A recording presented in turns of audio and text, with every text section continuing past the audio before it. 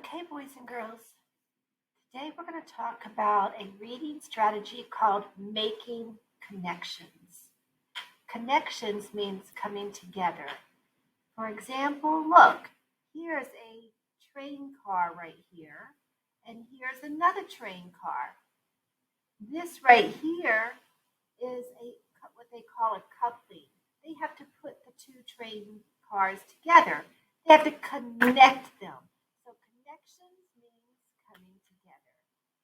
So let's talk about how this works with reading.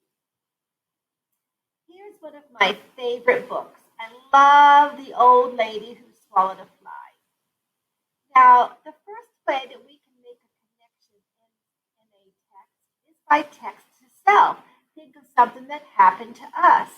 And I have to tell you, for real, once upon a time, I was outside playing. Now, this happened when I was a little girl, and I was running and running and running. We were in a race, me and myself and all of my cousins, and I opened my mouth because I was laughing. I was ahead, and guess what? A fly, for real, flew in my mouth and down my throat. I swallowed a fly. So now I'm the old lady who swallowed a fly. So I guess one of the things that makes me laugh about this book is when I think back to that time that I swallowed that fly when I was a little girl. Another way that we can think about as far as making connections is that sometimes the book will remind us about another book. So The Old Lady Who Swallowed a Fly is one of my favorite books. And so I like all of those old lady books because they're all very, very, very much alike. Whenever I read another book, such as There Was an Old Lady Who Swallowed a Rose, it makes me laugh because it makes me think of that other book called The Old Lady Who Swallowed a Fly.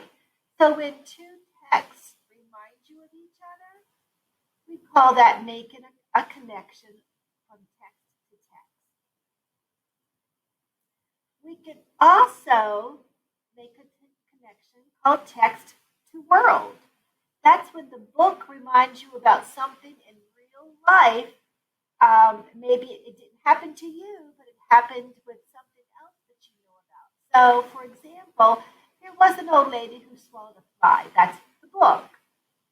Did you know that some people eat bugs and insects for real? They do that as part of their diet because bugs and insects are good. They're high in protein, which your body needs. This right here is banana bread with coconut icing. And doesn't it look good? But guess what? It's made out of cricket flour. Seriously, it's made out of cricket flour. So what they did was they smushed up crickets, really, really, really, really tiny, and they put the crickets into this cake, this bread. Kind of yucky sounding, isn't it? But you know what? It's supposed to be good for you. So the old lady who swallowed a fly might make you think about other people who eat bugs for real. We call that text to world. So when we are reading, we should always be thinking about what we already know. And we ought to link it to what we are reading. So we use our prior knowledge, that's what you already know, and it helps you understand something new. And the way you do that is you think about, does this remind me of something else? It might remind you of something that happened to you, text to self. It might remind you of another book that you read, text to text, or it might remind you of something in real life, text to world. So always be thinking of what do I already know and how can I help how can I use what I already know to help me learn